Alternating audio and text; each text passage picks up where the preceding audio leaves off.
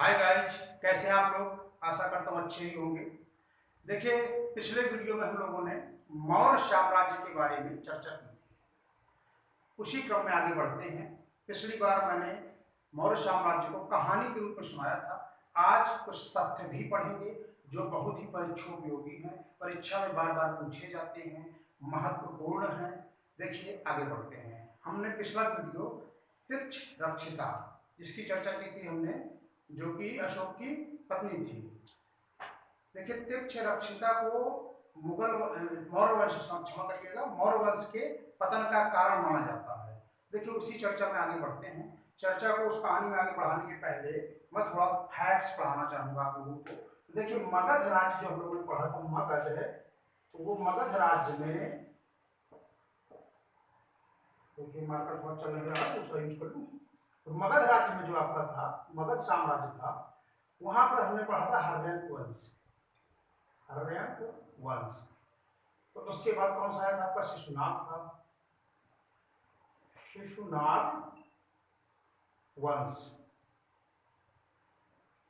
शिशुनाग वंश के बाद आपका आया था नंद वंश।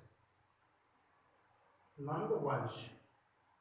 फिर इसके बाद आपका आया था मौर्य वंश, जिसकी हमने विस्तृत चर्चा की थी।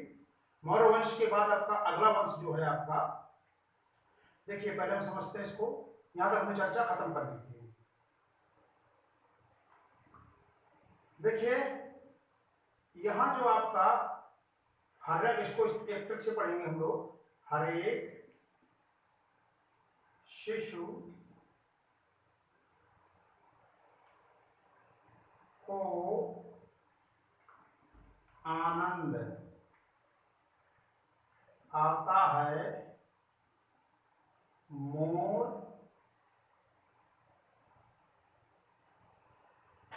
शंग। दरअसल अगला वंश सुवंश है, शंग लिख देंगे। तो देखिए, ग्रामर समझ जाइए, बैकग्राउंड समझ जाइए। शंग थोड़ा सा गलत दिखाई दे रहा हूं मैं, ये वाला शाही मतलब शुभवंश में। इसके बाद अगला वंश आपको होता है शुभवंश। ठीक, ये कथन आप ऐसे पढ़ सकते हैं। ये किसने कहा था? कसाई ने कहा। किसी कथन लिखा था तो उसका आगे लिख देते हैं कसाई। कसाई से मतलब क्या है? का से कर्ण वंश, सा से सातवाहन वंश, और ई से इक्ष्वाक वंश। तो देखिए, हर्यक, शिशुनाग वंश, नंद वंश, मौर्य वंश, शुंग वंश। उसके बाद क्या है आपका? कर्ण वंश, शा से शातवाहन, शातवाहन के बाद इक्ष्वाकु।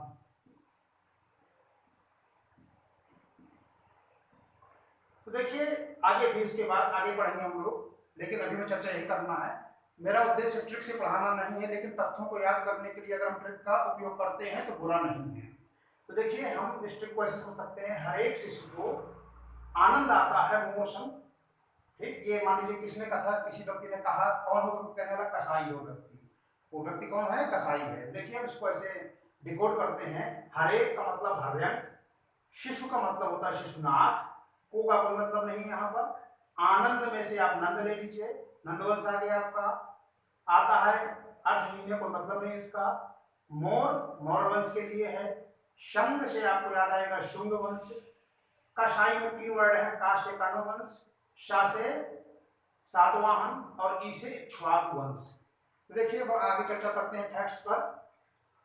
तो अगर हम फैक्ट्स पर ध्यान दें तो हमने चर्चा प्रारंभ की थी, उसमें से मुख्य पात्र हमने स्टार्ट किया था आपका महापद्मनंद। महापद्मनंद, थोड़ा चर्चा इसी कर लेते हैं। इसमें फैक्ट्स क्या पूछे जा सकते हैं आपके? जो महापद्मनंद था, ये क्या था आपका? निम्न वंशी था, नाई का पुत्र था। ठीक, शूद्र था। देखिए, परंतु योग्य बहुत था। इसने कौन कौन सी उपाधियां धारण की थी? इसने सर्व छत्रांतक, सर्व छत्रांतक,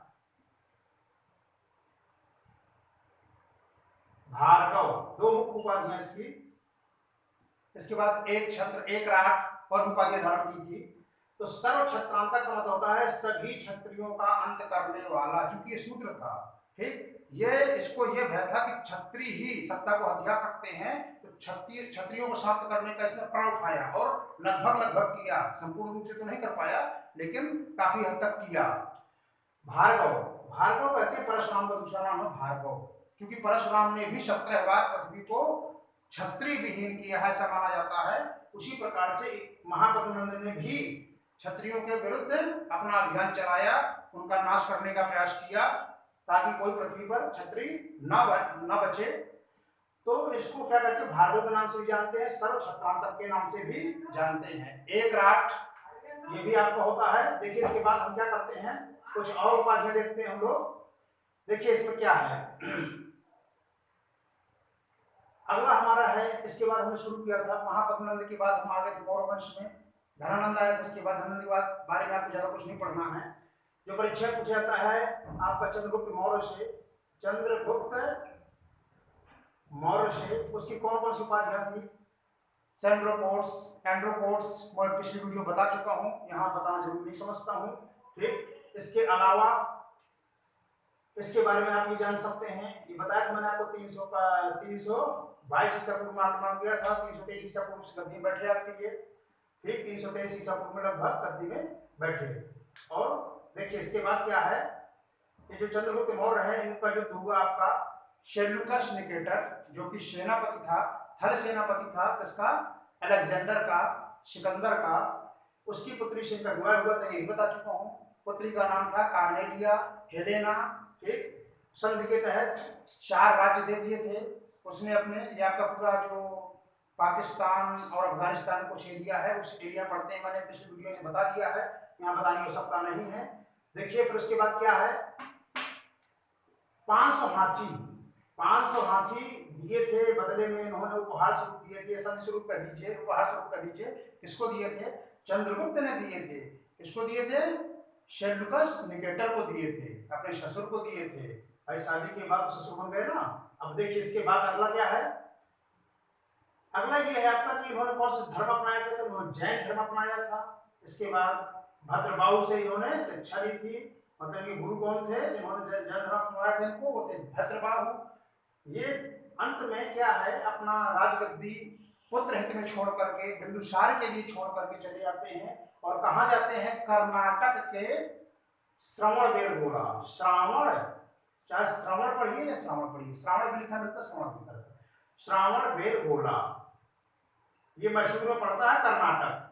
कहां पड़ता है, मैसूर कर्नाटक में पड़ता है, श्रवणबेलगोला। अच्छा इसके बाद देखिए अब अगला क्या है, तो मैंने इसके बारे में बताने का प्रयास किया। यहाँ पर ये अपना देह त्याग कर देते हैं, वो भी संलेखना के द्वारा। मैंने आपको जैन धर्म में संलेखना बताया है, संलेखना की चर्चा की है, पिछले वीडियो में आप देख लीजिएगा ठीक से। संलेखना के द्वारा अर्थात उपवास करके देह त्याग कर देते हैं ये। इनके जो पुत्र थे आपके बिंदुसार, बिंदुसार गद्दी पर बैठते हैं, बिंदुसार गद्दी पर बैठे 298 ईसा पूर्व, 298 ईसा पूर्व में बिंदुसार गद्दी पर बैठते हैं। जब बिंदुसार गद्दी पर बैठते हैं, इनका नाम पहले बता दो, उपाध्याय देख लीजिए आप, इनको अमित्रघात, अमित्रघात, अमित्रोचेट्स, अमित्र, मित्र मतलब दोस्त, अमित्र मतलब दुश्मन, घात मतलब घात करने वाला, नाश करने वाला। तो इनको जो आपके बिंदुसार, चंद्रगुप्त मौर्य समझ लीजिएगा। कौन है अगला, अगला है आपका बिंदुसार, बिंदुसार की बात कर रहे हैं हम लोग, बिंदुसार। तो उनका नाम क्या था आपका, अमित्रघात नाम था। ये नाम मिलता है आपका संस्कृत में, सिंहसेन नाम मिलता है आपका, सिंहसेन। ये नाम किसमें मिलता है आपका, जैन ग्रंथों में मिलता है। भद्रसार भी नाम मिलता है इनका, भद्रसार, ये वायु पुराण में, कहा, वायु पुराण। सिंहसेन आपका जैन ग्रंथों में, अमित्रघात संस्कृत में, और ये वायु पुराण में भद्रसार, ये 3 आपको नाम मिलते हैं। देखिए मैं तथ्यात्मक चर्चा कर रहा हूं, जहां से प्रश्न बनते रहते हैं अक्सर। ठीक, बिंदुसार के बारे में एक किंवदंती है, जनश्रुति है कि चाणक्य के मरने में या मृत्यु में इनकी भूमिका रही अप्रत्यक्ष रूप से। अप्रत्यक्ष रूप से कैसे, मैं बता चुका था आपको कि एक यह भी मत है कि जब चाणक्य चंद्रगुप्त मौर्य के बाद बिंदुसार के टाइम पर रहते हैं, तो बिंदुसार को क्या होता है, बिंदुसार पर एक सुबंधु नाम का इनका एक अमात्य होता है, वो उनके कान भरता है कि भाई आपकी माता जी के मृत्यु का कारण चाणक्य है। उन्होंने पूछा कैसे मेरी माता जी के मृत्यु का कारण चाणक्य है, तो सुबंधु जो आपका कान भर रहा था इनके बिंदुसार जी के, वह बताता है कि विष दे करके मार दिया आपकी माता जी को चाणक्य, आचार्य चाणक्य ने।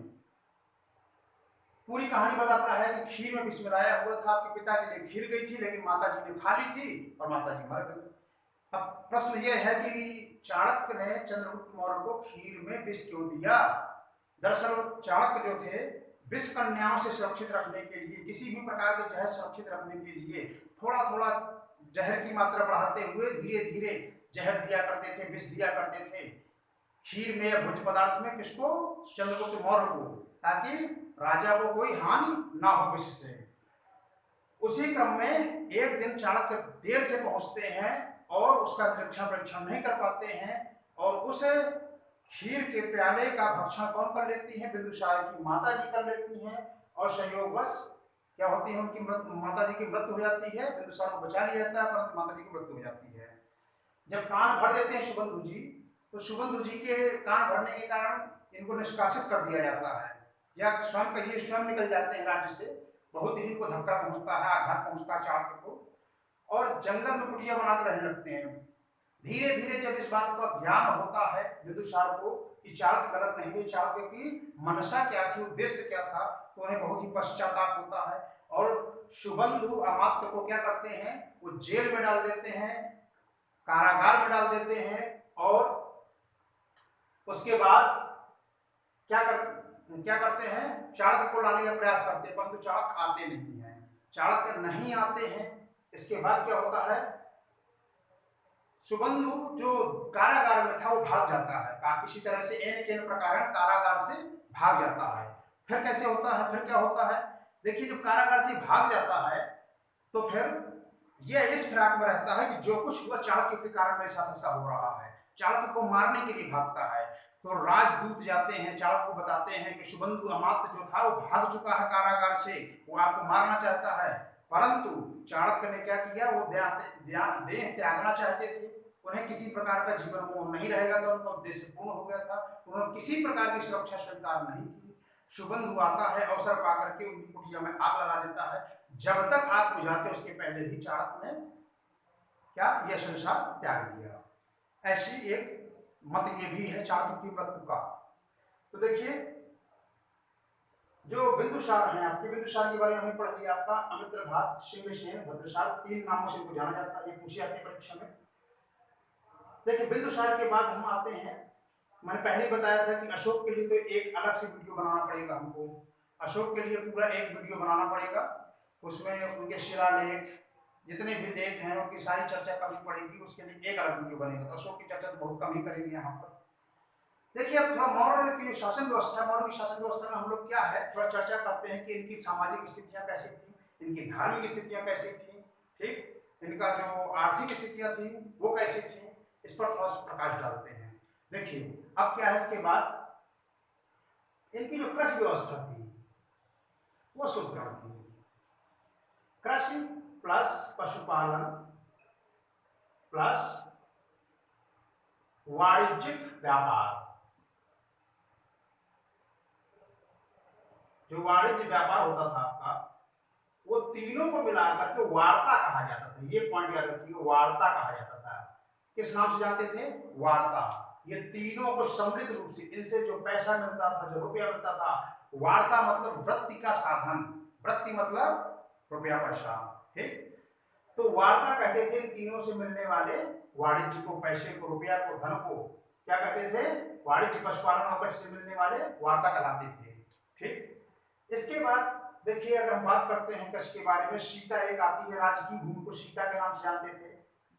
जो राजकीय भूमि होती थी उसे सीता कहते थे, सब ध्यान रखिएगा। ये माता सीता की चर्चा नहीं है जो रामायण में है, उनकी बात नहीं है। सीता मतलब राजकीय भूमि, जिसके हकदार राजा, राजा के अधीन है जो जमीन। इसके बाद कृष्ट, एक शब्द आता है कृष्ट पर, कृष्ट, कृष्ट, अकृष्ट। कृष्ण का मतलब होता है जोती हुई, जुताई की हुई, जिसमें हल चल चुका है, जुताई हो चुकी है, वो भूमि कहलाती है आपकी कृष्ण। और जिस पर जुताई नहीं हुई है वो कहलाती है आपकी अकृष्ट। इसके बाद और भी हमको पढ़ना है।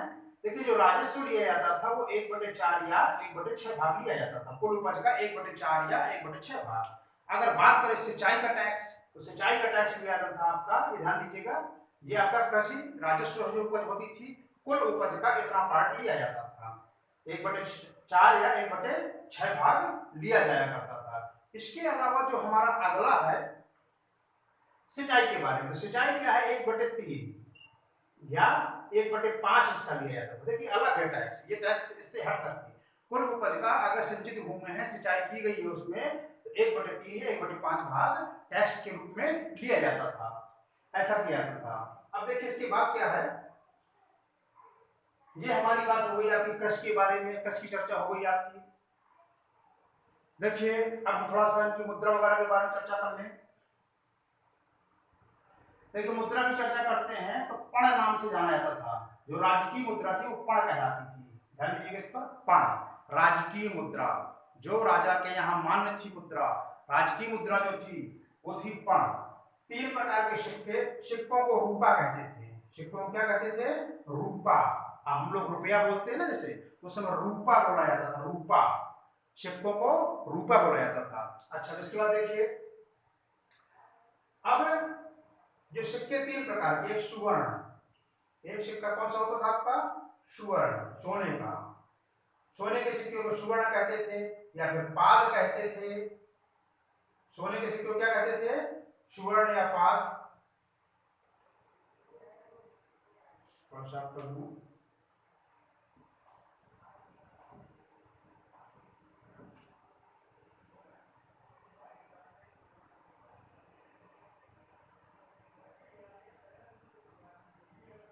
तीन प्रकार के सिक्के होते थे, सोने का,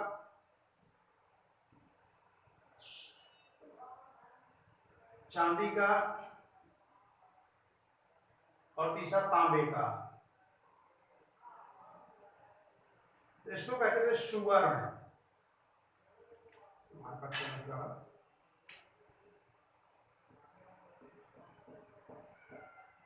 सुवर्ण या पाद। तो चांदी का हुआ करता था करसापण, करसापण, करसापण के अलावा इसको पण, जो मैंने बताया था पण या धारणा, इन नामों से भी जानते हैं। जो तांबे का हुआ करता था, तांबे के सिक्का को काकड़ी, काकड़ी का माशक, माशक, माशक, काकड़ी और अर्ध काकड़ी।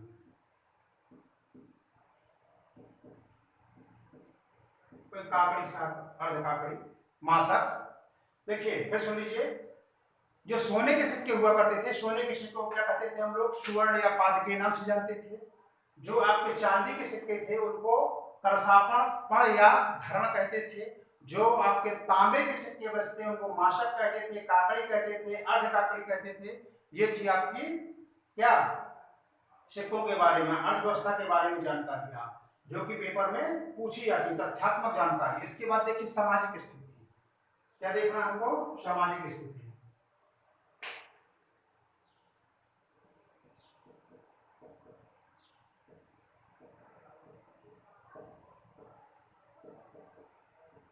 सामाजिक स्थिति की चर्चा करें।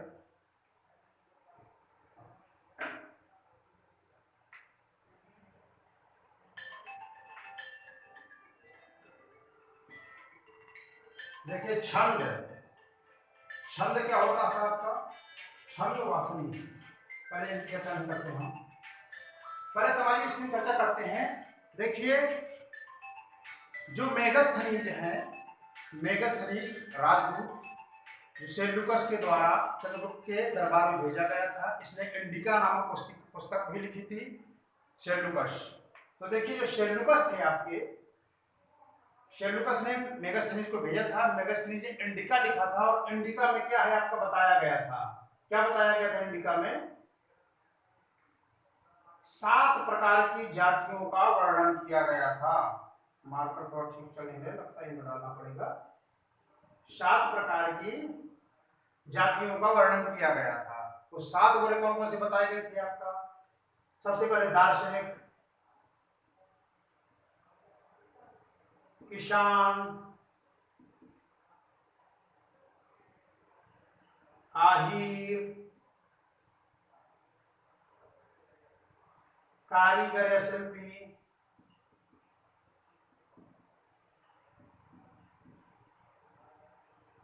कारीगर या शिल्पी, और जो अगला है 1 2 3 4 सैनिक, निरीक्षक, सभासद, सभासद। देखिए कितने हो गए? 1 2 3 4, ये दोनों एक साथ हैं, 5 6 7। तो 7 जातियों को वर्णन मिलता है आपका मेगास्थनीज की पुस्तक में। ये वर्णन करते हैं 7 प्रकार का। वर्ण व्यवस्था थी, यहाँ पर वर्ण के हिसाब से कार्य भी होते थे। इसके अलावा किसानों की संख्या बहुत ज्यादा थी। आगे चलते हैं हम लोग, तो रूपा जीवा एक नाम मिलता है यहाँ पर। सामाजिक स्थिति में चर्चा करें तो रूपा जीवा जो गणिका हुआ करती थी, जो स्वतंत्र रूप से वेश्यावृत्ति अपनाती थी, ऐच्छिक रूप से वेश्यावृत्ति अपनाती थी, ऐसी महिला को क्या कहा जाता था? रूपा जीवा। जो विधवाएं थी वो पुनर्विवाह कर सकती थी, नियोग कर सकती थी, परंतु कुछ विधवाएं क्या है? पुनर्विवाह नहीं करती थी। ऐसी महिलाओं को जो पुनर्विवाह नहीं करती थी, विधवा जीवन ही रहती थी, उन्हें छंदवासिनी कहते थे। जो विधवा ही बनी रहे पूरा जीवन, आजीवन विधवा बनी रहे, दोबारा शादी ना करें, नियोग ना करें, उन्हें क्या बोलते थे? छंदवासिनी। कुछ महिलाएं ऐसी थी जो अनिष्कासिनी, जो अभिजात वर्ग था, जो उच्च वर्ग था, उच्च कुल था, राजघराना था, वहां की महिलाएं बाहर नहीं निकला करती थी, उनको क्या कहते थे? उनको अनिष्कासिनी कहा जाता था। अनिष्कासिनी नाम से जाना जाता था। छंदवासिनी ऐसी विधवा जिसने शादी नहीं की। और रूपा जीवा वेश्यावृत्ति अपनाने वाली महिला को रूपा जीवा कहा जाता था। देखिए इसके बाद अगला रंगोपजीवी। अगला जो है आपका रंगोपजीवी।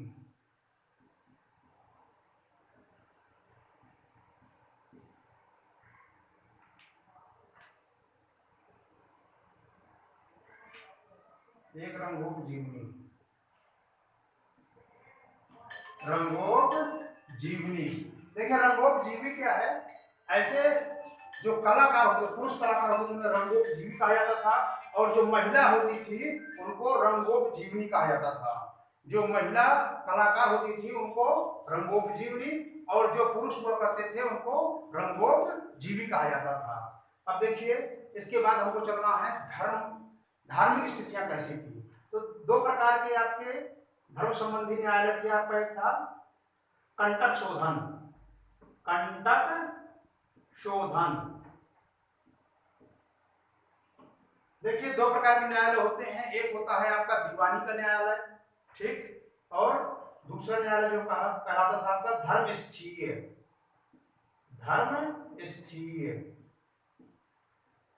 धर्मस्थीय दीवानी का न्यायालय था, सिविल कोर्ट था, ठीक। और जो आपका कंटक शोधन है, वो कंटक शोधन क्या हुआ करता था? ये आपका क्रिमिनल कोर्ट था, अर्थात फौजदारी का न्यायालय था। ये इनकी धार्मिक स्थितियां थी। देखिए आज का वीडियो यहीं तक, आगे चर्चा को जारी रखेंगे अगले वीडियो में। तब तक के लिए नमस्कार।